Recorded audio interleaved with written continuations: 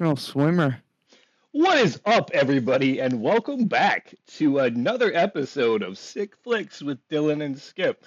This is the second installment of this new series and season where we're working on animation for Cox in Space. Welcome, Dylan. How are you?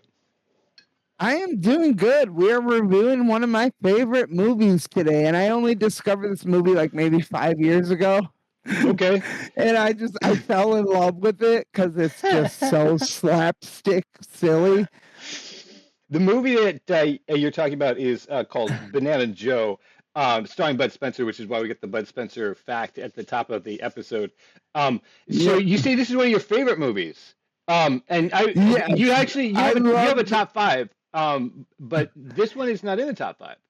No, it is not. It would be in my top 10, though. It's an enjoyable movie. It's kind of a forced movie, but it's enjoyable. It is enjoyable. You feel for this man as he goes through all this crap because he just wants to sell his bananas and help his little village he lives in.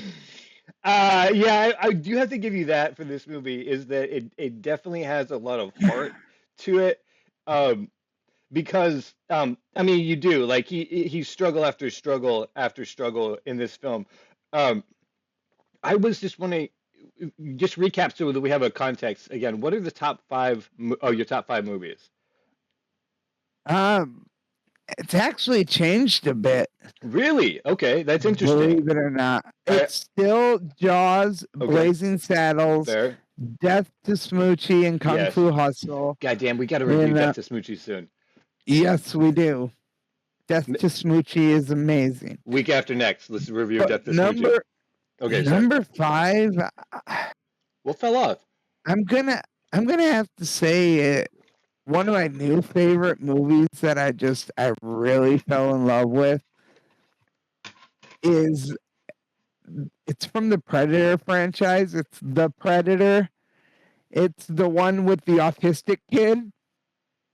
And they're like, autism is the wave of the future. I'm like, hell yeah. You're like, that is my favorite film now. Thank you. For those of you guys who don't know, Dylan Farr is the autistic Spitfire comic. And it's not a shtick. He is very artistic, as we were talking before the show. But it's his life, and I think we are recognizing across the nation, possibly the world, that autistic people have a whole lot going on that is necessary to actually. And then there's some people we look autistic, which don't ask me what looking autistic is. You know what? I've been trying to figure that out. I've been trying to figure that out too, but people will just be like, "You look autistic." I'm like, yeah, I keep pegging people too. Am I supposed to take that as a compliment or an insult? It's like, and then there's people that are autistic that don't look like they'd be autistic, and they're very well adapted. I'm asking autism is a real thing, and that's why a lot of it went undiscovered for a long time. Also, the leveraging of tasks to a significant other, which singleness is kind of like now pointing out because most people are spending more time alone and not in couples and whatnot. So, I hate that. I hate being alone. Same. It was like, so wow, side tangent as we talk about this thing. But yeah, I was in a relationship with anybody for almost over a decade. Almost a decade, sorry.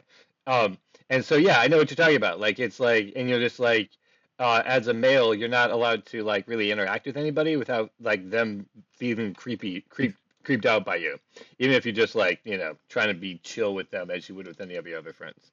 Exactly, it's one of those things. Like we do be coming off creepy. Yeah, and people do like the thing about like autistic people is that people like regular humans or whatever are like unsettled by us because they feel like there's something weird, but they can't put their finger on it. But the weird thing, the ironic part, of course, is that you should trust autistic people more than regular people because we have a tendency to be more honest and like more like prone towards justice and fairness because we're like, but that's the way it should be, and like, we don't fall for propaganda quite as easy. Studies show all these things. And I'm gonna go out on a limb and say Bud Spencer might have been autistic.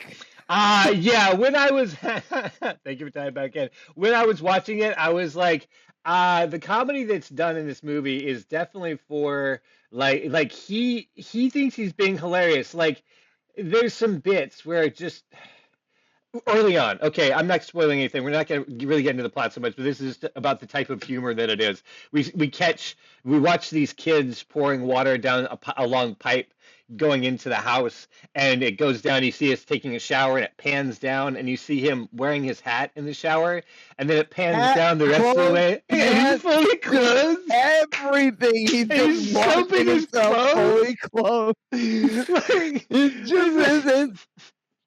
It's great comedy. He's washing his clothes and washing himself at the same time. I would disagree and say it's great comedy. What I would say is that it is a specific type of it's dumb comedy, but it's dumb comedy that's committing to the bit. And that's what you like. I think he's autistic because the thing that I think was great about this movie is Bud Spencer, because I think he's one of the co-producers of all the films that he does, and that's why he stars in them. I don't think there's any other way you get this hot, sweaty man in a bunch of films besides him like funding them, like mob money or something. I don't know. This is speculation, but let me see. Which ones did he produce? And let's before we really get into this film too, let's talk about Bud Spencer a little bit, like just about like the type of art that he's done. In a lot of spaghetti westerns and action packed. Yeah, he had a buddy, Terrence something. Terrence Spencer. Terrence Spencer. Actually, he was in My Name Is Nobody, and My Name Is Nobody is another one that is just hilarious. I'll put that on the list. My Name Is Nobody, of movies that people should check out. Yeah, if you like Bud Spencer films. Now, here's the thing that I want to get this out the way early because I don't want to shit on your parade because now that you've explained to me how it is that you enjoyed this movie, I see the lenses in which to see the movie through. But I'm just going to straight up, in my notes, I was like, my first note is I haven't really watched a whole lot of Bud Spencer movies intentionally. I've accidentally seen a bunch of them, and I've almost always like sat through them like, oh my God, like why are any of you making any of these choices? Why are these films being made this way? Like why is this character so stupid? Like what are they doing?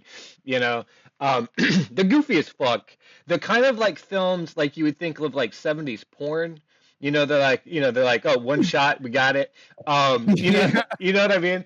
Or like, kung fu movies of that same era where they're like, they're so cheesy because they've just got cameras in the hands of regular people and they're making whatever movies they want to. So it's like, like that era. Also, spaghetti westerns, they're very Italian and most of the movies are dubbed. You can see that their lips are way out of sync. And that to me, but it was enjoyable, and the voices don't match the profile of the character. Or even though the inflection with what's happening in the moment is most dubbing has a problem with, it's probably some person who's just reading lines because they happen to know English, how to read English, but they don't know what exactly they're saying. So it's like a phonetic learning of the language. So I'm getting that out the way just to say that. But as we've come to this conversation, because I knew you liked the movie, and so what I wanted to see is why you liked the movie, and I see enjoyable. It was kind-hearted. It was a kind-hearted little film, even with the cringy bits, like I want to make a baby with you, like even with that cringy line, she's like, it's so fucking awkward. Oh my! Then her response is, "That's an original pickup line, basically. Like that's original." I'm like, "Jesus Christ, is that easy to get Italian women? What the hell?" No, and she like just plays coy. She's like she keeps always saying like I'm not that type of girl, and whatnot. And so like fun. But she's still like she's there, like she invited him into her apartment. She's in her like dressing gown multiple times. Revealing now that's not your invitation to the apartment is an invitation to bed, as we see with other characters. Like I'm sorry, the line of I'm going to bed, and him being like, Yeah, all right. She's like, and you're going to the bishop's office tomorrow. Yeah. I'm sorry, she shuts him down so quick. I And he's do love just her. this We're talking about a character, of course, Dorianne, who is foreshadowed early in the movie, through several pictures that she works at this one club who, Banana Joe coincidentally ends up working at. Um, Let me say this about the film before we run real far ahead with it. So we keep saying we love the film, we like this film, and then people hear that they might not understand in what context I'm talking about, and this is it. If you like earnest films, if you like exactly. real like campy romp movies, you will love Yeah. Bud Spencer movies, because that's what this is. Like this movie is more in line with scary movie genre type shit than Exactly. It's yeah. like an early it kind of reminds me of what am I thinking of? Like National Lampoon like type There you of go. Yeah, comedy. the type of comedy this you could describe it as is hijinks ensue. Like that's kind of the genre. Um, so yeah, know that if you're gonna watch this film, that's what you're gonna get. And that is why Dylan loves this film. You notice that Blazing Saddles is one of your top five movies, which has the Oh same my god. same There's flavor a to it, right? reason I fell in love with Madeline Kahn because of Blazing Saddles. I fell in love God with damn her. it, Madeline Kahn, though. Yeah, you're right. Yeah, you're right. You know how she got that role though? No, how? Mel Brooks was like, for the outfit, he's like, I have to see your legs. She didn't even hesitate in the interview. She just like whipped her skirt up and like showed off her legs. Well, Like Madeline she Kahn is was also like, fearless. She's not giving no fucks. she was Like that's the thing no, that's great she about her. wasn't. Yeah. She was beautiful. She was strong. She was just intelligent and just Let's put out some amazing. take some time to admire women for sure, especially all of those things. One of the things I love, Dylan, about your description is that you could have gone straight to she was hot and she had nice legs, but like list all the great things that like as a human are also great qualities, right? She's an amazing person, and that's what I admire about her too. Like she like uh, I The believe that women. hotness was just a Well, bonus. that you put that on top of like Exactly. women in comedy like who like are they're like fully formed people, like they're beautiful on top of being smart and quick and funny and like Like I'll powerful, be honest, and I'm not a that to fully me. formed comic. This is why I would never end up with a female comic. It's because I am not a fully formed comic. I am half baked. I done smoked myself retarded. Well, I'm sorry for using that word again, but no, well, you just quoted half baked, and then exactly. you referenced half baked in your joke. So those of you guys who didn't get it, he had to say it because it's from a '90s film, and if he doesn't say it, he doesn't get the reference points. So y'all fight in the comments about whether or not Dylan Farr, who is autistic, is allowed to use the word retard if he wants to. Um, the the thing, I called it enough. I'm just taking back the word. yeah, We're exactly. taking it back. We're It's taking our it back. word. Yeah. Yeah, the thing for me, is for with words is that they're literally just words. It's how you are intending them, and it's all about context. Um, like when I say I want to punch a Nazi in the face, I mean like I want to do it if they like confirm that they're in fact Nazis and they're not like backing down from that stance. So just that sort of statement. I forgot I got off track here. Let's talk about this Bud Spencer movie.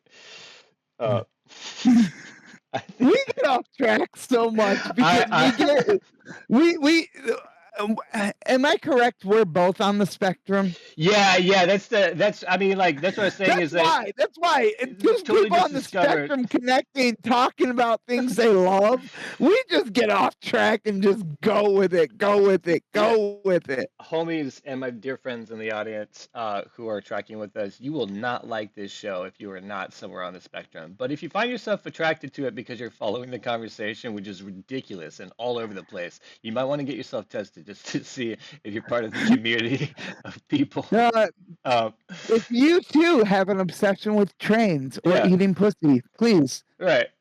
consult Maybe your doctor. consult your doctor. But for us too, I mean, this is one of those. for me, this is like where we info dump about the thing that we have these special interest in, and both for you and me, it's films. So that's why I'm like, oh, you want to get together and do that and hang out and talk about something that we love a lot. So that's why I'm like, Friday morning, 9:30 a.m. We getting together and talking about movies. Yeah. Now, So at some point, we're gonna have to do a horror film, and I have the perfect horror film for you really, at okay, some point. okay. It's not gonna be Hatchet. I as much as I love that film, I think you'd like From a Whisper to a Scream, starring Vincent Price. It Oh, is. that's a classic It one, Vincent is. It Price. is. Okay, It is. okay, It is a movie I've watched maybe all of 3, 4, maybe 5 times okay. because it leaves me so unsettled because my mind carries the stories in it further than That's it should. that's Like, cool. it No, that's good is. storytelling. It is. Yeah. Uh, I I say let's say 3 weeks out because we're gonna do the Legend of Billie Jean next week, and then after that, I definitely want to do Death to Smoochie because it's been on the list. But yeah, let's do Yes, a Vincent sir. Price movie, a classic horror Vincent Price movie. Maybe we'll call up Kate and see if she wants to get in on an episode, although she probably can't do Friday morning at 9 a.m. Because she is a teacher. But I know she likes classic films, so maybe she'll come in and weigh in with us in a couple of weeks. It was From a Whisper to a Scream. When I saw it, I found it under the name The Offspring. This sounds really familiar. I feel like I have seen it too, but I do a lot of second screen watching of movies or like listening to them instead of watching them. Vincent Price plays a storyteller, and he tells the story of this town where basically evil is just drawn to this town in Oh, various I ways. have seen this one or heard of this one. Anyway, it sounds like we're gonna bookmark that. And let's talk about this Bud Spencer movie. I Yes, don't know if you sir. can see this the screen right now. I'm cutting out the two Cox brothers, Peter and Richard Dick Cox, um, so that I can have them start singing the theme song. I'm very excited. Aaron and I have been excited about this panel for ages, and it's finally going to come to life. So. Um, just so you know, as we segue. So Banana Joe came out in 1982. On IMDb, it actually gets a 6.3, which is pretty respectable for IMDb. They must be looking at it as a classic and for the slapstick that it's known to be. I don't think you go watch a Bud Spencer movie if you're not expecting to see exactly what you're signing up for at this point. And maybe in the early era people didn't know, but probably after movie two, they're like, oh, okay, it's going to be real lighthearted comedy of this goofball. You mentioned that they set up the Banana Joe is this guy. He's on an island. I guess in the description of the movie, they say it's his family on the island. So he's fathered all these kids. Um, Yeah, I find it hilarious. He wakes up and all the kids are just like laying on him. yeah, actually, Like, it is true. You're about to say it. he wakes up and he's like, "Hey, that one's not He's like, mine." not mine, and he's like, we're all yours, Papa Joe. Exactly. He's like fathered the entire village's kid. And he's a banana seller.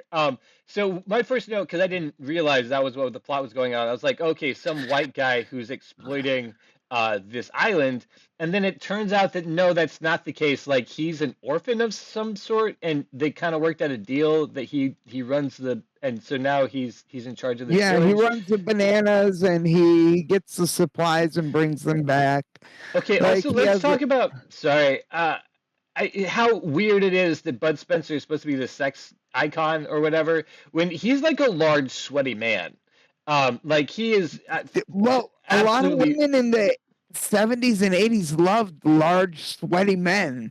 You gotta no, remember that. no, Yeah, it you was a can't tell me that thing. body type was the hottest type. No way. Is that you Dude, talking like in Italy or are you talking he was really a sex icon? he was an Olympic swimmer. You know What? that? No, I did not know that. Here, let me pull up. Yeah, yeah. Uh, Let's give. I That's another have thing I wanted to talk about. I think we didn't get into it because I got off track. But yeah, just like to successful me, athlete swimmer for Grupo Sportivo. Uh, I can't. Okay. Fiamme Oro, and Okay, I see what he you're talking about represented because Italy twice at the Summer Olympics.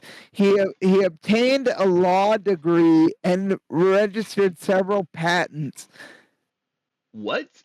Okay, He okay. also became a certified commercial airline and helicopter pilot, and supported and funded many children's charities, including the Spencer Scholarship Fund. Okay, so I'm gonna take a step back. Okay, so I really have to apologize to everybody I have who has heard me speak He previously also about played Bud water Spencer. polo. He also was a Yeah, water that's polo why he has the player. body he does because yeah, that's a tough sport because you have to constantly be treading water. So he's got endurance. But I used to think that I hated Will Ferrell because his characters were so dumb. And then I found out that he wrote his and decided to he deliberately chose to do those characters, and then I realized he was a fucking genius. Right? Exactly. Same Well, thing with Will Ferrell is actually pretty smart. yeah, and he is incredibly smart. If you actually hear him talk in interviews about any topic at all, he is composed. He is he's thorough, um, and he's welcome. Like he knows what he's doing. The same thing with the guy who played Zoolander. Um, Okay, no, it's Ben Right. Stiller. Thank you. I knew you would remember the name. I was for some reason blanking on it. I used to think that I was like, why this guy's such a moron? Like, why is he not in these movies? And then you realize he's written, directed, and produced those movies. So he intentionally made all these choices to be the dumbest person possible. So I take back what I'd said about Bud Spencer before. Clearly, the man knows what he's doing, and he's wanting to do a dumb comedy for a break from his brain, basically, right?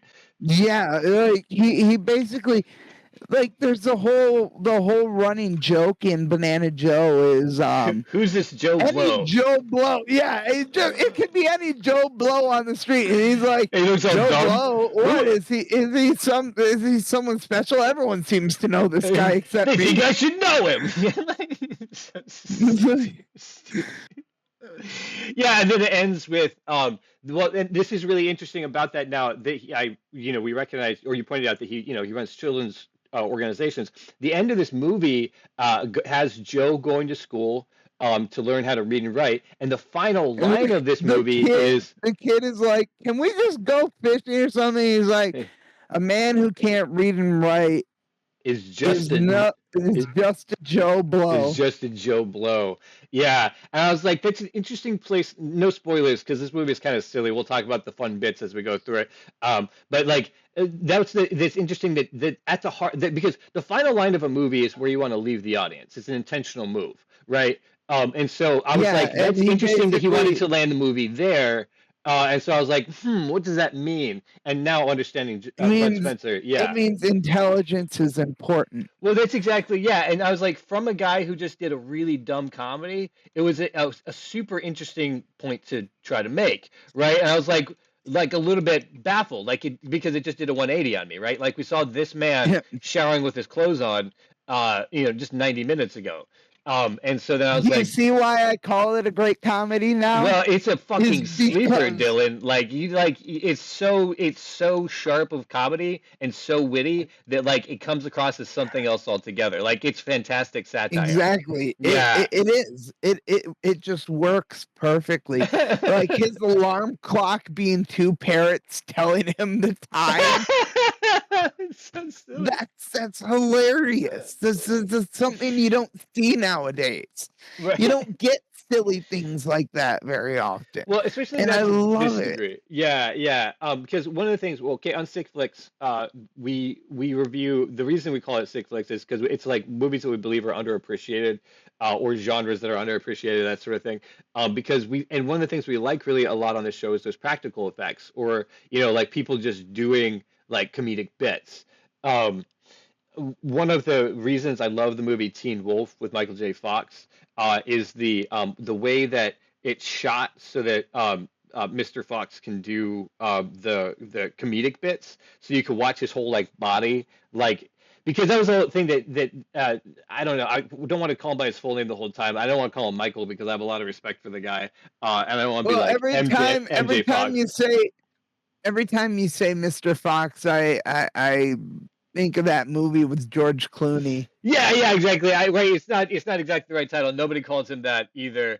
But yeah, just like there's one shot in the I'm sorry, the werewolf movie. But he's like running down the hallway, and it's like his all of his arms and legs are just like jangling everywhere. And you see that in like Back to the Future and other movies. Like Michael J. Fox was a really good physical comedian. And you don't get to see that so much. I feel like in modern comedy No. they're doing more of the not Seth Rogen. No, it is Seth Rogen. Yeah, Seth Rogen who was doing that Talking Heads comedy where it's supposed to be like really fast, like banter and bits. And you don't get to see so much of what you did get to see from the 70s and 80s of like actors doing or like what Robin Williams is really good at, right? Like you need to see his full body to see like Yeah. the full character that he's doing. I think that we get more of like a music TV version of movies now, where it's like real fast cuts, like super close. It's almost Oh, always yeah. moving. You know what I mean? And having a stagnant shot like these Well, do, where it's like again the shower joke, it's just a slow pull out of the joke. exactly. It's kind of like the reason they did Tom and Jerry the way they did. Like Nostalgia Critic, shout out to one of the OG like YouTube moguls, Okay, yeah, Nostalgia Critic. nice. Um, he talked about this when he reviewed the Smurfs movie. Okay, He talked about the constant motion and constant just actions, it can basically rot a fair. kid's brain. Yeah, fair. But That's also why it sells really well.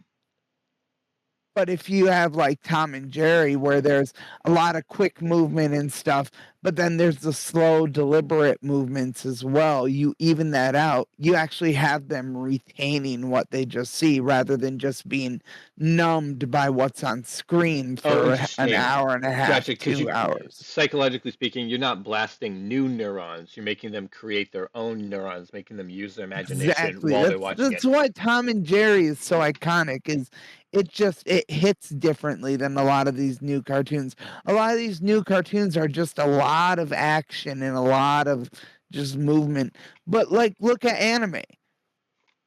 We Fair. remember Dragon Ball Z because there wasn't as much Notorious. like quick action as like people are used to in animes now. There was the slow deliberateness of things. That's how you get people engaged. Yeah, you talk about one of the things that Robert McKee talks about in the book Story, and I based a lot off that idea in story, my own story theory, um, which is that you need to have both. You need to have frenetic and you need to have slow pacing. You can't have one or the other.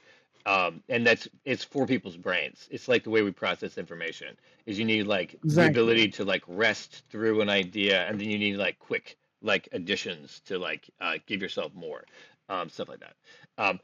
But so that's why watching a movie like this, where it's a very forced plot, where like it's like they set up like you need this. So okay, here's the thing. Here's the big crisis of the movie, right? Is that Banana Joe Uh, lives on this island and he doesn't have a license to sell bananas on the mainland, and these developers want to well, take no, the he island. didn't need one. He didn't need one before, but these developers, There you go. he throws them off the That's island, right. I forgot that is an inciting and incident.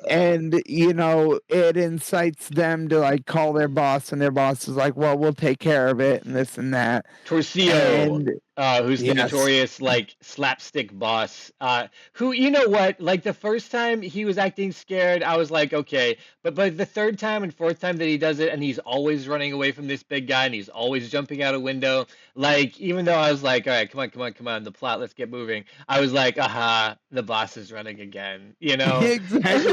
It makes you feel good to see It him made like me, yeah, run. yeah.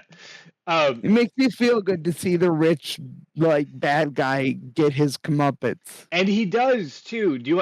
Are you cool if we leap ahead, or do you want to unfold the plot? Yeah, let's unfold the plot a Okay, bit okay. because Let's do that. Okay. So it we see him starts run along. out, in the beginning he it starts out with him pulling up to a dock and selling his bananas, trading them to a guy for supplies for the village. Well, after he throws the land developers off the island, uh, he goes back like the following day or whatever to trade more bananas, and they send the cops after him, and they're like, that's well, right. you need a license for this and that, and he's like, for now, I'm impounding your boat, and he was ready to fight the police. He was like, you're not impounding anything. And And like the that is cop even his response to aims everything. his gun at him. Yeah, he's like, you're not taking anything from me. This is mine. This is what I've worked for. This is my little bit of heaven. Well, and he says in the Basically. beginning is that he's never stepped off the boat before onto the mainland before this big adventure. Exactly. He'd only been on his island and he'd only been on that boat. So when you finally see him step off to like deal with this guy, it's like this is a big moment. Yeah, 100%. And so they're like, it's easy to get the license. The guy who he'd been selling the bananas to, he says all you have to do is go show him your birth certificate. And it'll be no problem. You'll get it. You'll be able to start selling bananas. But there is a big problem for Banana Joe, is that his last name is Joe, and his first name apparently is Banana. So he doesn't have a surname, and they give him a bunch of bullshit. He's like, you got to go figure out what your surname is. Go get a baptism certificate. Right.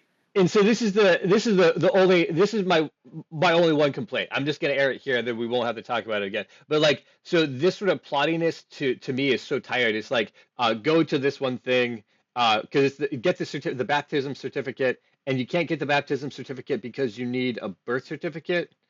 And you can't get a birth certificate because you need to join the army, and then you can't. When he gets back, you can't get it because basically each thing they tell him he needs to do, they're like, well, you can get what you need by doing this. You can get what you need by doing this, and Now- it sends him to each of these places, basically me- setting up for more hijinks to ensue. Yeah, let me back up a little bit. Now, the point that I made started with the premise that the movie is just a dumb comedy, but as we were talking earlier, we know that it's not. So he's intentionally making a joke, and so the joke that he must be making is the same joke that Terry Pratchett, no, the director Terry Gilliam is making in Brazil about bureaucracy. He must be saying something along those lines about how tedious and obnoxious all this bullshit is. Well, when he goes to get his ID with the photos, they're like, you need a birth certificate. Right. Go to the other line. And he's like, you can't have a birth certificate without having a photo ID. Go back to the other line. And he starts getting pissed. Yeah, and one of the things that they point out is all these people have been waiting for such a long time for this bureaucracy to just finally do something. And it's just because it takes so long, they keep getting pushed around for days and days and days. But Banana Joe is a man of the people, and he always gets down to the bottom of it. And he does it quickly and bullishly by pushing everybody out of his way and making them do what he wants. So. Exactly. He just What an asshole. his way But he does it for good, so you can't really hate him for it. Yeah. And he becomes a hero. He's not doing it in an asshole way. He's just like, I need this done because I want to go sell my bananas and go home. And the joke he keeps making, yeah, it's like this is too difficult for a dumb person like me to do. It should be that it's just done.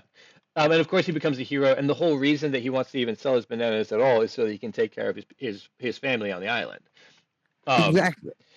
So I fast forwarded a little bit just to give the overall structure of the plot, and then realize again, like I hadn't quite given this the whole credence, or I didn't look at it for the full quality that it has, because obviously Bud Spencer is doing something very smart in doing that. One of the things that he does too, that before we miss it, is that he what kicks off the whole events is that he sees this race about to happen. That the guy, he has to go to the city, and like he has to hitch a ride with a guy that he knows. And basically the person that wins the race is able to set the price of bananas, and it's always Torcillo's team that wins the race, and Torcillo makes all this money because he sets the price of bananas so high. Right, and and Joe realizes that the guy who's driving to win the race is also a terrible cheater.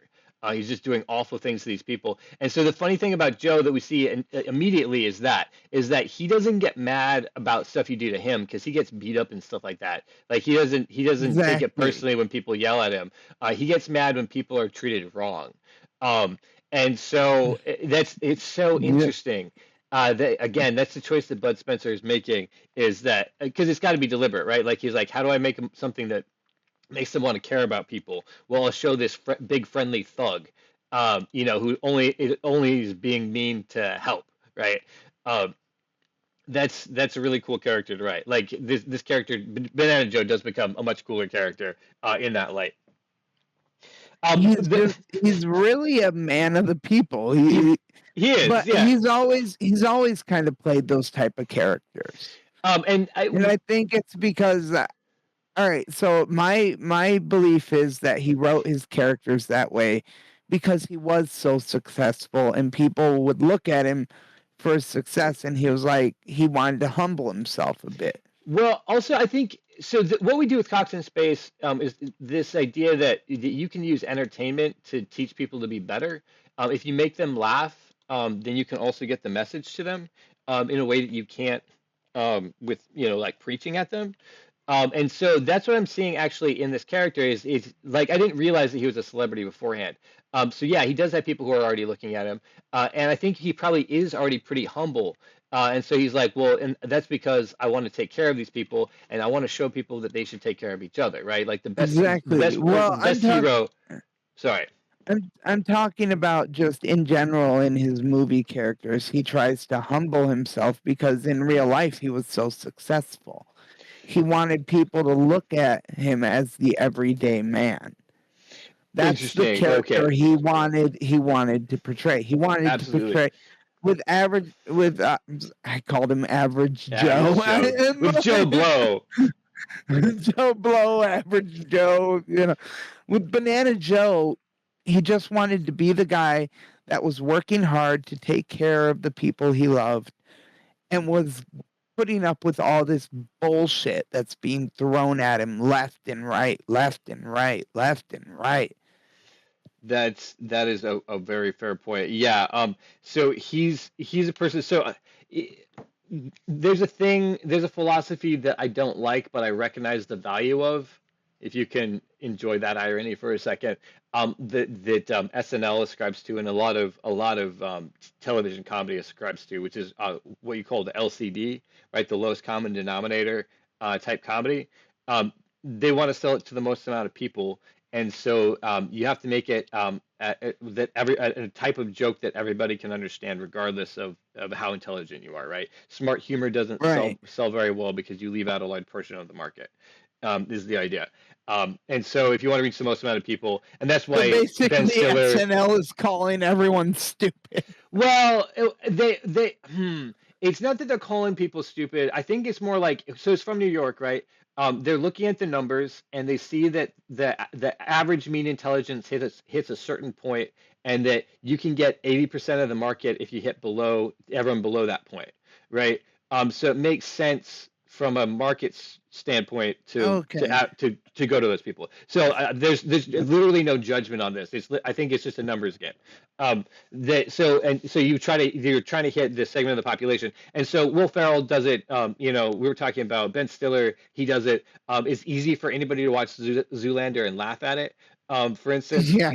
And Bud Spencer too, right? So he's like, he was like, how do I get a message, or how do I show, that I'm a great guy to so many people? Like, you do silly movies. Exactly. You make them laugh. Make them laugh. Make them laugh. Make them laugh. And in this race that he does, one of the silly things that happens that I just rolled my eyes at because it's just so silly. It's like a bad pun, is that he takes over driving the car from the guy he's got catches the ride from while they're mid-race. Like, he picks the guy up out of the seat and he scoots him over to the driver's seat, somehow putting not decelerating at all. Like, it's one of those things you're like, wait, the physics here aren't physicking. Can that happen? Yeah, how are they driving that high speed and doing that, right? Like, oh my God. Oh my goodness. You know what? I didn't even realize that. I was just enjoying the fact that he took over Yeah, driving. right. I mean, I was like just that's like, yeah, again, get him, Joe, get that's him, Joe, get type him, of humor. Joe.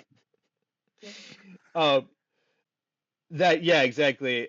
So and that's the that's the joke. He does, of course, win the race, and this is the first collision that he has, or the run-in, literally, that he has with the boss, where With he rams the Torcio dude's car, where Torcio, and he rams the dude's car, and he goes flying. And and Torcio lands is in a bunch of bananas. yeah, and Torcio's taken out of the car all shaky, and his hat's all crooked. He can barely stand up.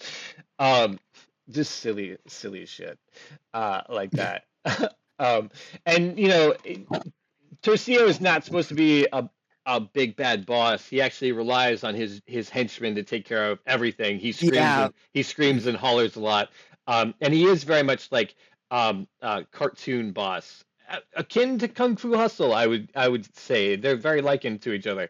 I would Um, agree with that statement. because he goes through also like he jumps out a three-story window.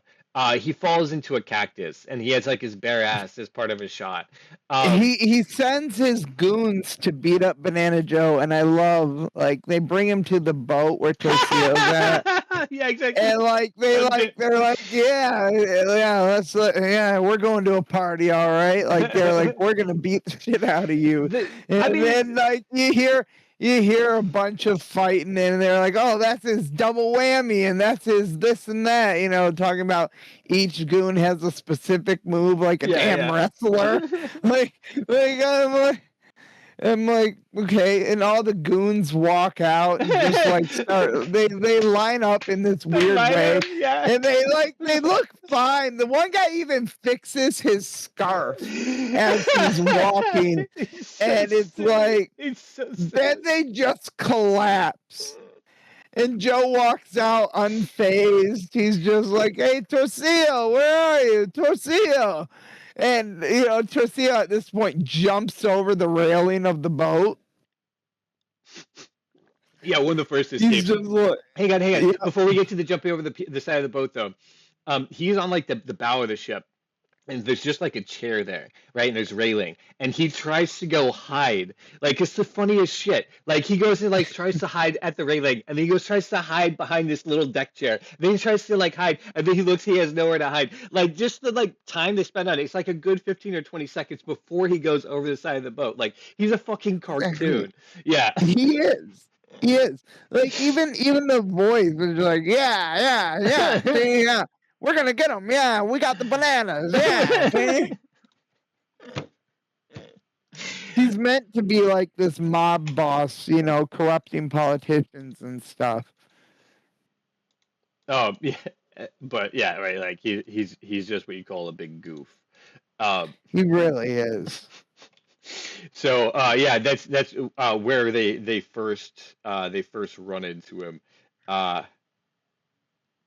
Well, and that's one of the things is that Joe doesn't get to even see who the boss is, even though he does keep running into him in multiple scenarios. It's only like finally later where he's like, "That's Torcio," and he goes after him. Yeah, but that's after he meets. I love how he's walking past this shop, and like there's this television, and okay, cool. On the screen, we're gonna back up a bit. No, you're actually going forward. That's the next step in the plot. This is one of the things where I was like, "Come on, man! Like your character can't be this dumb." But he's confused as to what a television is in this movie. Yeah, they don't have him on the island. Yeah, but that's exactly the joke that he's making is that he's so native, he's never seen one, and so he thinks the advertisement's selling to him. Yeah, exactly. He thinks they're talking directly to him.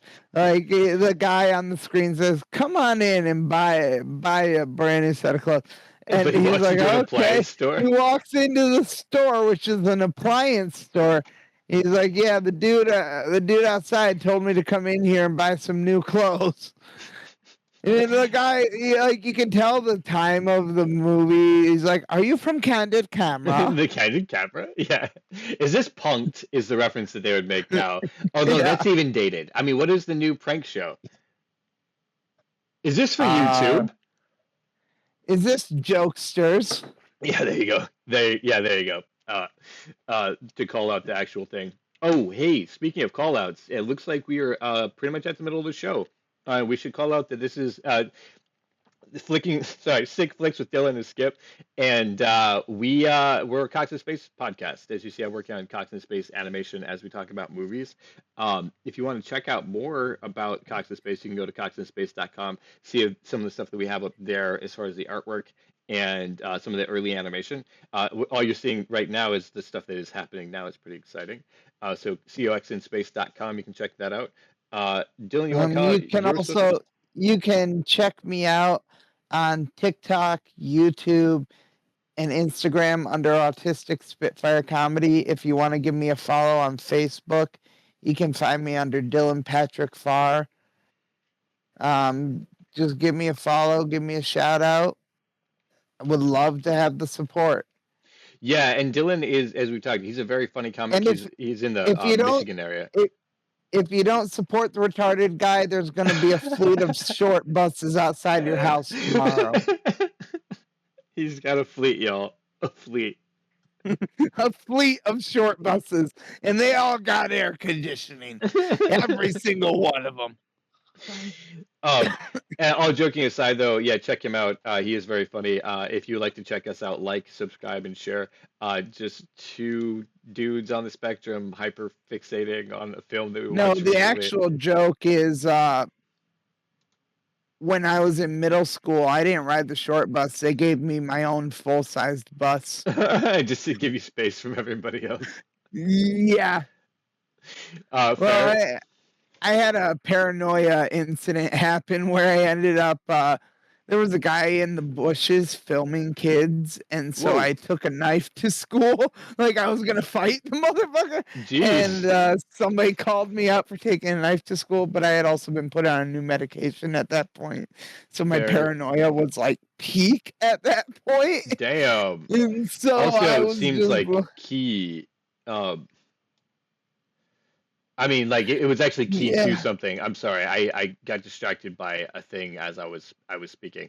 But yeah, no, that I mean, it had some basis, obviously, because there was a dude. Oh yeah. Yeah. But anyway, so back to this movie, Banana Joe. And yes, during the segue, we're kind of still early in the film, although we've covered some of the bigger portions of it as far as like the broader scope. He does get a suit temporarily in this movie. And I think the key. This is another one. We got to talk about the guy that rips him off multiple times. Yeah, this is. Well, I was just gonna say we need to introduce the He forger. just keeps taking advantage of him. And what is the big reason that he does it is because he can read and write where Joe can't. Yeah. So while Joe treats him kind of as a friend nemesis, frenemy, he's using him as a good counterfoil, especially if you consider the end of this movie. The thesis is that, if you can't read and write, you're just gonna be some Joe Blow. This guy is actually kind of the villain because he's taking advantage of the guy, but it's also kind of Joe's fault because he hasn't educated himself. Right, so he's leaving himself at the mercy of any con man that comes along. One of the first things he does is he sells him a fraudulent license to sell bananas. Yeah, right? Manuel. Manuel is the con man. Just for the record, Manuel is his name. Good. Thank you for doing it. And actually, is that his name? Is the big question throughout the movie because he has all these aliases because he's such a fucking con man. Right? Exactly. It's just like he's got this alias, and then he keeps talking about how the president is going to thank him for helping him, like if he fathers a boy. Yeah, because he discovered this supplement or whatever. Hang on. He just keeps saying that he discovers the supplement, but then keeps subtly slipping in that the supplement was his dick. Yeah, basically he's the one that slept with the president's wife. Yeah, because the whole reason that she's having a boy. The end Um, is like, and spoilers, yeah, that's what happens is that, yeah, so he's a con man, he's been conning people left and right throughout the entire movie. He has all these aliases, and he makes all these really audacious claims that you're like, maybe it's going to be true, and then turns out it's absolutely not true, and he's just lying. But one of his claims is that once the president finds out that he's having a boy, that the president will be eternally grateful, and all his problems will be solved. And then at the end of the movie, of course, he finds out that. But it's funny about the sex comedy about this is because, like, I had to really listen and be like, are they saying that? Are they saying that he's slipping her the dick? Like that was the yeah, reason that he was having he a boy. basically he lets it slip that yeah, I slept with his wife. Well, sort It of. They never really. It's never really explicit. Unless is. I is it? Oh, did I It miss is. it? It is. Okay. At one point, Oh, okay. he said, I took the supplement, and And gave it to. yeah, basically, he let it slip that he's the reason she got pregnant in the first place. Again, I think it's innuendo, but I literally can't remember. Um, there was one point in this film, kind of It's towards the quick end. talking when he's Yeah. talking to one of the police officers. Oh, see, yeah, that's the moment I was thinking of too. I'm pretty sure that it is innuendo. But guys, comment below, see if you think this is explicit enough or if it's implied. Because it was. I'll give you this. It was clear enough for me to know that that was the joke, or at least believe that I knew that that's what the joke was. But it was still Exactly. ambiguous enough for my brain to be like, but is it though? You know. And so I think that's where they were trying to land the joke. For reasons I'm not sure, but it is funny nonetheless. Oh, it is. That's the one But thing that becomes he's true the is one that that yeah, takes Joe's money and sells him a fake license. right. He takes Joe to get these suits, and basically he steals a suit along with the entire rack, display rack that the suit is on. He And also walks out the door with it. he gets it. Oh, does he really? He does. Suddenly I did not see that. That I missed it. I mean, it just must be. It's That's funny. subtle, but he Yeah. picks up the whole display with And the just- suit on it and walks out. He's like, I'll be back. I'll get you some shoes. And then the dude's like, oh yeah, he owes me for a bunch of suits he's never paid me for. And then also Joe's like, no, you got the wrong guy. I ain't paying for that. I'm paying for what's on my back. right, yeah, exactly. He's so practical that And way. basically, the guy gives him, there's the whole shtick of the clothes designer being gay and all that, and Implied gay, yeah, absolutely. yeah, and I mean, he says there's Joe, something queer about you is the farthest he goes with it, but the guy's like, you can stay with me if you want, which I think is definitely, they're like, hey, your boy's gay. Yeah. Yeah, basically that's the whole implication, because that was the belief that all clothes designers and stuff are homosexual. Yeah. I guess it's an easy trope. I mean, and then probably to some regard, it has to be true to some extent, right? Well, look what they did in Kung Fu Hustle. I was thinking the same thing. The tailor was the gay guy. Yeah, exactly. And that's why I was like, it's weird because that's an Italian film, and the Kung Fu Hustle is like a modern Chinese film. Thank you. I didn't want to be real racist and say Asian, which basically just means no, over there. I think it's Chinese. It's from he was. If I remember, Stephen Chow was very big in Hong Kong. That's so correct, yeah. he did most of his stuff there. I think one of his movies was With Love from Hong Kong or something like that.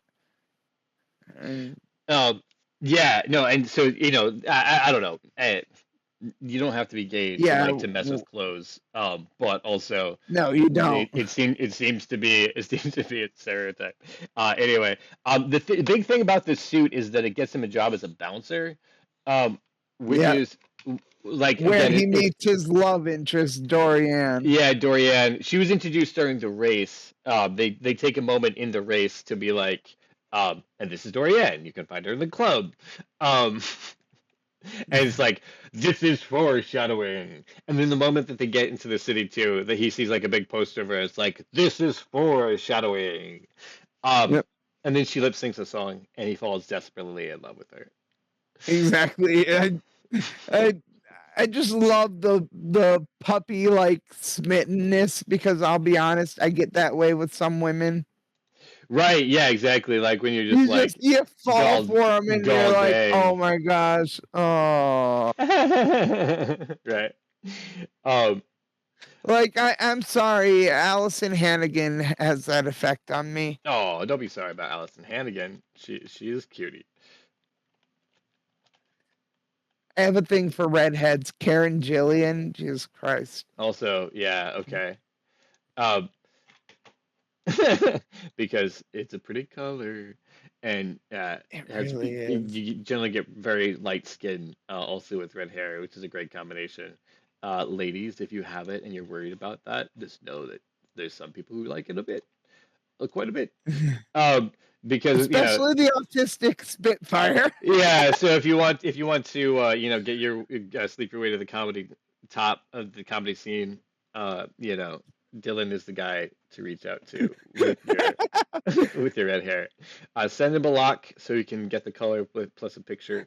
Um, Now you're just making me out to be a creeper. no, I'm not. I think that's great. If like a woman sent me her hair to be like, this is what color it is and this is the texture, I'd be like, thank you, girl. You recognize that I have, like I like stimulus. I like to smell and touch. And so and look at it at the I same think time. you're revealing some of your Listen, kinks listen. a little No, bit. the thing is that for me, like sensory experience is so like there's so much information in all of it that like I want to take in as much as possible, right? So like maybe this is different. Maybe Exactly. this is a thing for not for everybody, but like for me, like if I see like something that's pretty, like I want to touch it, and then I want to put it like I want to like so I can smell it, because I want to like the full sensation, so like it keys in all your senses to like hold a better memory, because Exactly how I felt about Sarah Michelle Gellar. yeah, okay, you just want to touch her and squeeze her and smell her. Is that what you're saying? I mean, Okay, this is borderline creepy actually, no, conversation at I don't this think it is. point. I mean, so I'm not saying against their will. I mean, with the appreciation of them and Exactly. the It's respect for their like, autonomy, and they desire to do that too. But yeah, when I enjoy something, like I want the full sensory experiences with all the senses together. Because exactly. yeah, so I wouldn't think it was creepy, but I don't want red hair be sent to me. I want it to be sent to Dylan because I think that's better. Anyway, speaking of the weird sexual reveal that is done in this movie, because we're on this weird sexual reveal of ourselves, the pan on Dorian is real interesting, because most times when you do a sexy girl pan, you start low and you work your way up the But it body, goes generally from ending the top boobs and down to face. her legs. Yeah, which says But it something goes down to her legs. very interesting about Bud Spencer. Yeah, it's saying that Bud Spencer is not a boob or ass man. He is a leg and The feet leg man. man. Yeah, Yeah. so I was like that, like I was like, because it shoots her, and actually the shot that it starts doesn't even include her face fully. It starts with like her neck and like her breasts, and then pans down. And then I was like, that's interesting. And then definitely like it settles on her calves and feet. And I was like, I think I sense a You know what I'm saying? I'm not saying he's the Tarantino of Italian films, but I'm saying that, maybe filmmakers got some kinks like everybody else does. I don't know. That joke spiraled off a little bit. Oh yeah, I would say they have kinks. Yeah, well, I mean, everybody, right? Like everybody has proclivities towards things, and it's kind of the sensory experiences that we've had, through time that wires our brain that way, plus the weird wiring that happens in our brain already. But yeah, so Bud Spencer likes the Dorian's feet. Um, she has a large nose, and she's very blonde. I'll give you all these things. Yeah, he falls in love with her like the minute he sees her. Like, it's just hilarious. And then, like, he starts throwing people out. He throws out the club manager. He throws out the undersecretary of the government. Right. He throws out Torcio, the owner of the He doesn't recognize club, him, and he does it because because he's following the explicit instructions that if anybody harasses, or molest the girls, you bounce their ass. You throw them out. you got to bounce their ass. Yeah, exactly. Um, And it ends up Dorian is like, after he throws out Torcio, she's like, you gotta come with me now. She's right. like, because she's like, they're gonna kill him. Like, she is smart. Our hero is like oblivious to the danger he's put himself in, and continues to be in some regards, as the next sequences show. But yeah, so that's where he ends up in the apartment, as we talked about. His line where, like, I want to make a baby with you. This is where that line happens. Yep. Which is He's just like, I want to make a baby with you after eating all the bananas she has a on her big old table. pile of bananas. He's like, I'm not supposed to eat all of them. Oh God. It goes back to that line of when the kids are like, we don't want bananas. He's like, you know how I got so big and strong? It's because I never passed up on a chance to eat a banana. Chance to eat a banana. So yeah, like, of course, he did eat all the bananas. He awkwardly hits on her. She shuts him down and then says, "Hey, you're gonna go see the bishop." Um, And next thing you know, it cuts to him at the church. and he doesn't know how churches work either, apparently, because he's yelling it in a lot. He's told to be quiet, and then the fight sequence breaks out where he keeps putting the crooks into, like, religious positions. Yeah, like the one ends up praying. He knocks the one guy's teeth out, which is my favorite. Oh my And God. the little old lady is like, "Oh, you broke your You rosary. broke your fucking Here, rosary." take this one. It's a gift." I'm like, And then he starts mumbling his prayers. exactly. It's hilarious. I mean, it's a He cartoon, throws right? the Like, one guy into the confession, and like he's like, "Oh, he broke my jaw." Just hilarious. yeah, and again, he does it like real quiet. He does some really weird, like, ninja skills where he looks like he's coming around one side of the pillar, and then it cuts, and the guy is getting ready for him, and then somehow he comes around the back side of the pillar instead. Sorry, it doesn't cut, it pans. So, like, you're looking at him on the left side of the pillar, the shot pans over to the guy hiding on the other side, and then you see him come behind the guy who's waiting for him. It's like such a cartoon moment. It really is. It's done like a cartoon, but that's what a lot of those slapstick comedies were like. They really, yeah. They were done with cartoon antics in real life. That's why that wrestler Joe Hendry right now is so big, is he operates on cartoon logic. You say his name, he appears. I believe in Joe Hendry, and he'll like pop out of a trash can or something, or he'll just show up with his arm around one guy, and then the guy will be like, "What the fuck?" It's funny. Cartoon logic he's in like real life. a Bugs Bunny He's type. like Bugs Bunny type wrestler. He's running off Bugs Bunny logic. Shout out to Joe Hendrick. I didn't realize he existed as a person. That's some funny shit. I'm glad that type of humor is still around. I was lamenting that I think it's gone, but maybe it's just migrated to a different type. Like, maybe this is just like TikTok type humor now, because we do see this type of humor all over the internet, like slapstick shit. Yeah. It's just like goofy as hell. That has its own internal logic, and you just deal with it. Yeah, okay, so it's not dead. It's just those people don't need millions of dollars now. They need a cell phone. Exactly. And like, just the way these movies are done are just really well done, in my opinion. Just with the way they do their slapstick, it's fun, it's enjoyable, it's something you don't see much of anymore. Yeah, I mean, we do. I think we said that it's more like specialized. Although, really, I mean, I was calling out Ben Stiller, who still makes movies, and Will Ferrell, who still makes movies. SNL Well, like, still has a pretty I think strong. it's good call this out. The new Scary Movie is gonna have a Yeah. lot of humor like this. Yeah, exactly. It's Yeah, gonna the Wayans have a brothers still lot exist. of humor.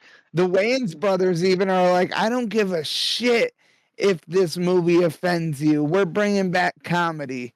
And I'm like, okay, my brother, do it. My brother, Right, do it. yeah. Like, yeah, and they can, because, you know, they went whiteface. You know what I mean? Like, White Chicks is a fantastic movie, Exactly.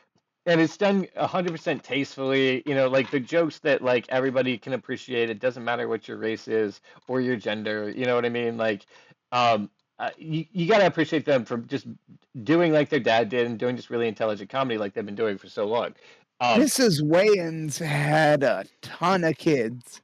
That's actually a joke. If you watch Don't Be a Menace to South Central while drinking your juice in the hood, Oh my God, the full title. they You just said have its full title. they have a character, and it's like, she got more kids than Mrs. Wayans. It's like, damn, girl be having fun. Right, yeah, exactly. And that's I really do love the Wayans brothers. Like, people be like all about nepotism in Hollywood and whatnot. But when you see like what generational humor is, you know, Ben Stiller's a great example because his dad was doing it before him too. And so he kind of paved the Yep. way for him. Jerry, The Wayans brothers, yeah, rip, R.I.P. Jerry Stiller, all right, we did lose. R.I.P. We lost the legend when that happened. Um, yeah, like when you see that, you know, you have funny parents and they make funny kids, and those funny kids do really well. Being funny together in the Wayans brothers case, like it's so fantastic to see that. Um, Oh yeah. and we wouldn't get some of the gold that we get from, like Jerry Stiller paved the way for Ben Stiller to do all the dumb shit that he's gotten to do with his career, Well, like, and like just be real funny doing it. look at how downhill the Scary Movie franchise went without the Wayans brothers. Yeah, I mean, of course it did. In Like, I part don't. 3, 4, and 5, it wasn't as funny as the Wayans brothers did it. And then you had all these movies that are like, from the producers of Scary Movie, from the secondhand abortion of a producer of Scary Movie. like, you could say any line tied to Scary Movie to describe one of these parody flicks, and people will go see it because they were hoping it's gonna be like Scary Movie, but it never was. Yeah, and it can't be. So, because the big thing, and this is what we see in this Bud Spencer movie. So it sounds like we're off topic, but I think it's tying in actually great. Is the thing that you see is that when you play a movie, when you make a movie for money or because you think it's going to sell, it often is going to fall flat, even if it does everything you want it to. And this movie wasn't made for money or to sell. It was made to be kind-hearted. Well, I should say just to sell. If that's the whole purpose, is just for the market share or whatever.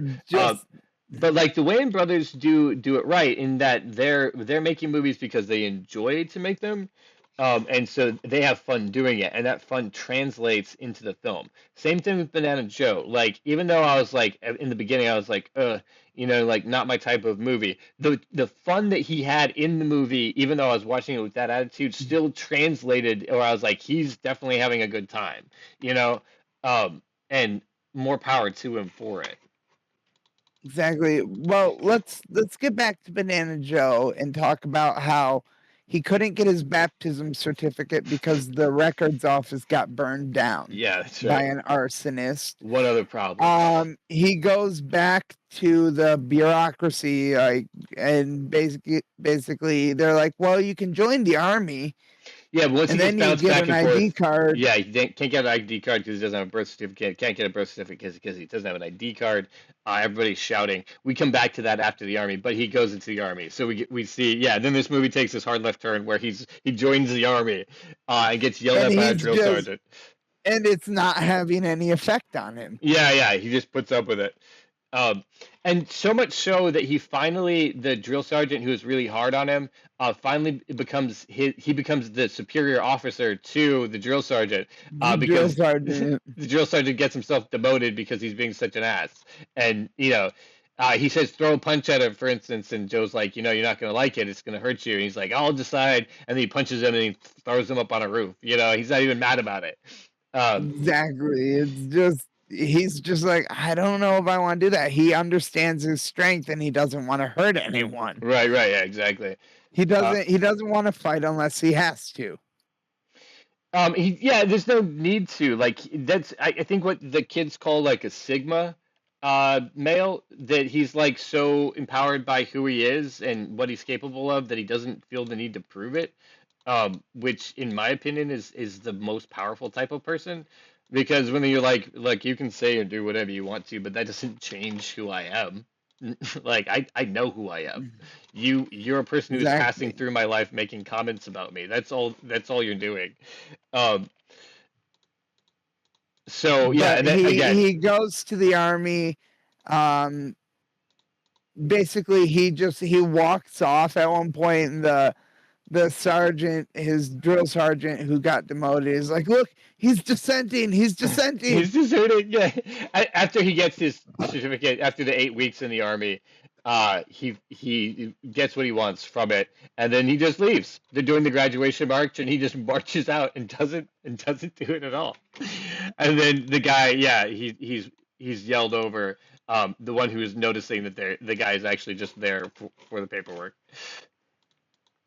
And then he goes back. He gets all the paperwork. He gets a license for selling bananas, but he has to get it stamped by basically the notary of the place. He has to get it legal. He's more than a notary, because he's actually the one who's in charge. He's the bureaucrat in charge of the whole region. And we find out that he's in cahoots with the mob boss. With Torcio. Yeah, Torcio. And so we know that he's not a good guy. And then the thing that sets off Joe is that the bureaucracy, after he's done all these things, he couldn't get his birth certificate, he couldn't get his idea, he joined the army. He can't get a simple stamp. For up to a year. Like, now he has to wait up to a year to get that. And so, like, it's bureaucracy that's actually stealing the land away from him. And it's because it's tied to Torcio, the big money culprit. And so Bud Spencer is definitely making commentary in this movie. He starts making a speech to everyone. He's like, "Oh, I hear they don't want to see us. Well, I think maybe it's time we go introduce ourselves." He's got a gun slung over his shoulder. That's right, still in the army uniform. He's accidentally starting a revolution. Yeah.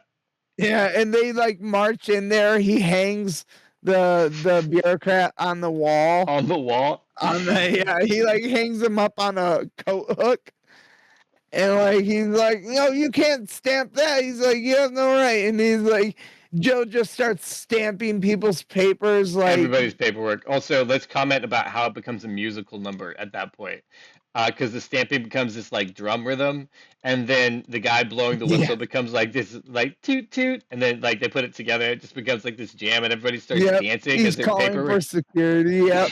And then everybody's like, he's this big hero, and he's just stamping like crazy. It's a silly scene. It's definitely in line with the movie. And it's so uplifting too, because he didn't incite violence. He put a guy on the wall. And as his friend later says in jail, he's like, bureaucrats, they don't like that. It makes him mad. Yeah, well, he finally gets, a certified license from the con man. Like, made out to him by, like, an archbishop or something. Oh, that's right. So he runs into the con man in jail because he gets arrested and put in jail for the actions that he's stamping everybody's paperwork. And then they finally get their resolution because it seems like the con man's lying, and then he gets pulled out of his cell, and then he returns and he's handed paperwork that proves that the guy wasn't lying, that he actually did mail it to him. It just happened to end up at Dorian's address because that's where he was staying. It was actually really funny because Dorian's like, I just got a job performing at a club on your island. On the island that he's from. There's no nightclubs there. And she's like, oh no, Torcio has moved in. uh, built up, and it built a factory, right, of harvesting the Yep. bananas and exploiting the people who work there, his people. And a casino, yep. And he doesn't like that. Well, Basically, it's not shown in the movie, but they end up breaking out of jail okay, because it's of that. not, right? Okay, so I was like, did I miss the whole section in this movie? And they must have edited it because I'm sure it's part of the story. But they must have cut it out for sake of time or something. Because there is like a swift transition to him getting to the island. Yeah, it really was. That's the forced part I talk about a lot. Oh, okay, gotcha. Okay, That that's what you seemed said. more forced. Or And basically, Torcio shows up with Dorian. They're going to see the nightclub and stuff and find out, there's a big banana processing plant. All the good bananas are going to be sent to Torcio for his consumption. And basically, all the gambling stuff is rigged to have no payouts whatsoever oh my because God. we're not running a charity here. Is It's that? like, motherfucker, even casinos pay out. Yeah, you have to. That's kind of the law. That's why laws exist. And Because basically, they next thing you know, Joe's there with a looks like a forklift of some kind or a tractor, like basically causing the whole place to shake. And he gets off that. He takes a sledgehammer, starts busting down the walls, and what ensues is this just slapstick fight scene that is just hilarious. it is because they stick with the casino theme and they keep doing silly stuff around that. The same way as the fight in the church was all church themed fights. It's kind of like campy John Wick, where the environment plays a big role, or Yeah. Jackie Chan movie where they're using the environment to do the fight. Um, but yeah, of course, in the style of Bud Spencer in this campy style. Super fun, and the way that it works. Yeah, it was like I the pop machine, like spitting out the pop cans at people, and you could just tell they were stepping up to have a pop can thrown at them. right, yeah, And right. it was just like, I love this so Right, much. yeah, it's the type of movie that Bruce Campbell pretends that he does. Exactly. Yeah, like it's just so cheesy. Um, so yeah, that is fun. He saves the day. He gets the island back. And then the police show up and they look like they're about to Yeah. arrest him. But good news. The Uh, president had a boy, the and so he president grants amnesty to Manuel and Joe. boy. Hilarious. One of the final jokes that the forger gets to make is that he wants the president to put him in charge of a large bank. And Joe says, "You can't be in charge of a large bank because you're a crook." And they don't put crooks in charge of large banks. And then Manuel goes, "They don't?" He's like, I have a lot to learn. Yeah, yeah. So, a subtle, knowing again that this man is smart, this dialogue is deliberate. Um, Subtle how that is. But yeah, so They also find out Torcio has been like, different aliases. He's wanted in other countries and stuff. there's the So he gets twist. arrested. All his cronies get arrested as well. And then it ends on the scene of Joe in a schoolhouse that he finally got built to teach all the kids how to read and write. And Yeah. he's writing in cursive on the board, and like he's a student as well. But And he he is. grabs it, Dorian becomes the teacher for Yeah. all of them, and Which is he okay. ends up grabbing Dorian's ass, and she's like, Joe. Like, hot, no, right now, Joe. hot for teacher. Joe is a Neanderthal. Um, he hasn't changed his ways at all, right? I guess he's trying to indicate that they're together now, and that's why she Yeah, stuck around. Um, kind of lame shit to give up her dreams. Obviously, she's a singer, and probably wanted to be a singer. That's why she give was me a doing it. second. I gotta run to the bathroom. I'll be right back. All right. Well, we are about towards the end of the wrap up anyway, I'm gonna give my final thoughts. If you want to just listen, and we will, we'll get Yeah. yours when you get back. Sorry. Yeah. Oh, it's all good. When you gotta go, you gotta go. And we are just trying to keep this under 90 minutes. So overall, I thought that the movie was really fun. Especially once we talked about. I knew that Dylan would be able to show me why. One of the things that in reviewing films with friends of mine, it's been really cool is like coming to like hang out and talk about them. Because people like movies for different reasons, and I think that that's really important when you consider films and consider recommending films to people. Is kind of like recognizing the types of films that they already like, and then listening to that and then giving them those recommendations because otherwise they're useless. Like, I'm not going to tell a friend of mine who doesn't like horror movies about my favorite horror movie. Because I do have some favorite horror movies and I like to talk about them, but they're probably not going to be interested in them. Same thing like with my best friend talking about she doesn't like Lifetime movies, but I do, and but like I'm not gonna recommend like my favorite Lifetime movies because like she doesn't like that cornball shit. You know what I mean? Um, so with this one, like it was really cool for me to hear like why Dylan was liking this movie so much, and then I'm glad that we got the context of Mr. Spencer. Um, because again, I wrote him off because I'm a jackass, and I just surface knee-jerk judge everybody, I guess, because it's easier and then you can feel like you're right all the time. But knowing that Bud Spencer seemingly is a good dude, hopefully the kids that he was helping was not for nefarious reasons and actually because he was a cool fucker. And he does seem like he is. I don't think anything bad about him.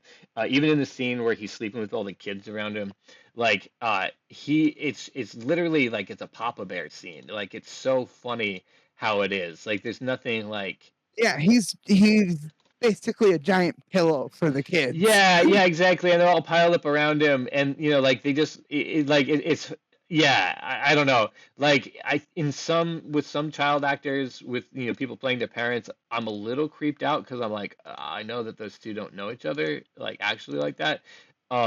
And so, but like with this, like I was like no, like that's of course, that's Joe, and those are all his kids. Because he definitely seems to be a good guy like that. So. Yeah, I think it's cool to see that. I think that this movie has been slept on. I had never even heard of it recommended by ever anybody about being like a fun movie. So I'm glad that we reviewed it. Dylan, final thoughts? If you haven't seen this movie, give it a shot. Yeah, I would If you say, and then haven't, from that point of view as well. We're not saying that this is an Oscar worthy film. no, but Or it's a film that if you enjoy silly, campy slapstick, if you enjoy a kind-hearted story where yeah, you yeah, just you feel like rooting for the little guy, this is your movie. yeah, This this is is that 100%. type of movie. It Yeah, was and for that, yeah, absolutely, absolutely recommend it. Because it is all of those things. Um, it was I'm just it's one of those movies that I can watch with my mom and my mom enjoys it, because right. she was cracking up at the "I want to make a baby with you" line.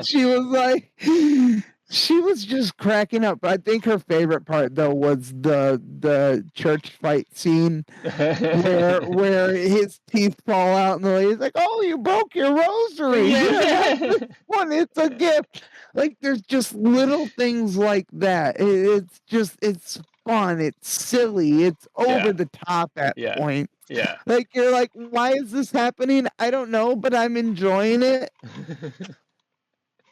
It's one of those movies over and over you can enjoy. Yeah, that's fun. Actually, I would like to continue making that a segment of the show that as you watch the movie with somebody else, um, their reaction to it as well, because I think that is really funny. Um, because yeah, that's the thing. Like you could watch this movie with your mom, and you don't necessarily even have to follow along. It's just like silly, Yeah, silly hijinks. it's just it's silly stuff that, you can get into, you can enjoy. Like Terrence Spencer in My Name is Nobody, that's an enjoyable Western. It's a spaghetti Western too. Spaghetti Western. And yeah, it really is. And yet again, just fun little hijinks that And you then, don't see actually working out, and they run on cartoon logic. It's right, fun. Three Amigos has the same type of logic. I'm realizing now too. Yeah, So there's a precedence for this type of film, and people do love it. I mean, like I described it as LCD, but like that doesn't demean it in any sort of way, because like that means that it reaches a whole lot of people. A whole lot of people get to laugh, and see a story about a goofy guy, like doing goofy things. you can have a city person or a country person watching this film, and they'll just be like, okay, that's funny. Silly kid Just shit. it doesn't matter. It doesn't matter where you come from. You can find something to relate to in this film. Yeah, yeah. Even if you're rooting for the capitalists, I guess you could. You could find something Yeah. for yourself in Oh this film. yeah. Look at the nightclub. Yeah, molest the singer. Yeah. Oh my God! Right? Yeah, yeah. Yeah, like There's and by molest we don't actually mean like in a like explicit way, more like grabbing just. on and pulling. Oh yeah, yeah. He kind of just harasses her, and he keeps hitting on her, and she keeps being like, "I'm not that type of Yeah, woman." And he keeps like like, "Well, they maybe you use don't know yet." molest. They use the word molest in a very interesting way. Yeah, they mean molest as in bother. Yeah, and not necessarily sexually. But yeah, no, Yeah. I think that's more like that era of term too. Yeah, Um, it was the 80s. yeah, right, That's 82. For a romp from the 80s, uh, good, good fun, good clean fun. Um, Nothing gets really explicit. There's a number of things nothing at there for all. suggestive. Yeah, but like But and I think the most explicit thing that happens is he grabs her ass at the end. yeah, exactly, right. I mean, it's really it's like more playful. Like we're friends who are comfortable with each other than anything else. Um, but yeah, and yeah, it does have a good heart. Um, we may review another Bud Spencer movie just to see like his friend, him and his friend together. I keep wanting to say Terrence Stamp, but I know that's absolutely incorrect. 'Cause Terrence Hill. Terrence Hill, yeah. Um, but yeah, so we will check that out. We are also going to be reviewing the Legend of Billie Jean next week. After that, Death to Smoochie, because I've been wanting to do that for a long time. I know it's on your top list. And then 3 weeks from now, we're going to do that horror movie, that Vincent Price horror movie. So we got a lot going on. Thank you guys for listening to Syck Flicks with Dylan and Skip. We're going to be continuing to work on the Cox and Space animation throughout the week, and then you get to catch up with us on Fridays. So come in. You can tune in on the Discord if you want to come check that out. Go to coxandspace.com, click on the Discord link, and you can find that Discord. We do it 9:30 Central Standard Time on Friday morning. So if you're at work and you want to listen to us review a film, you can absolutely do that live on the Discord. And then also you can catch us on YouTube. So yeah, that's probably more likely where you're hearing it. That is youtube.com/@wigwags. And then you'll find the Syck Flicks with Dylan and Skip playlist up there. Dylan, you want to shout out your socials again, or make any other comments about You what guys, shows you got coming up? I'm actually doing a show in Mount Pleasant Nice. at the Broadway Theater on March 20th. And it's a competition where I'll get to face off against other comedians. Nice. So So show up on the 20th, help support Dylan. In the audience, like I said, he's very funny. If you guys haven't seen it, you can catch I'll his also stand-up. be in Toledo on March 15th at Home Slice Pizza. Oh, So right on. Okay, cool, cool. So 2 shows so far this month lined up, and this episode's gonna be coming I'm out also, in just I a couple days just on the got 9th. So booked on the Good Times and Noodle Salad podcast on March 26th. nice. Are they streaming that, or is it gonna be a recording that they're gonna catch? I don't know. Okay. I don't know. Cool. We'll look for that also. That's a podcast that the hosts are up in Michigan as well. So if you haven't heard of that, a lot of Yep. Michigan stand-ups, from what I understand. So that is cool. Guys, thank you. You can also follow Sorry. me on all socials at Autistic Spitfire Comedy. Except if you want to follow me on Facebook, follow me under Dylan Patrick Farr. Nice. Um, that is awesome, guys, and check him out because you can check out his stand up there and support him live in the places that he's at. Thank you so much for listening to us. I am Skip Maraza, your host and friend. This has been a Cox and Space podcast, Sick Flicks with Dylan and Skip.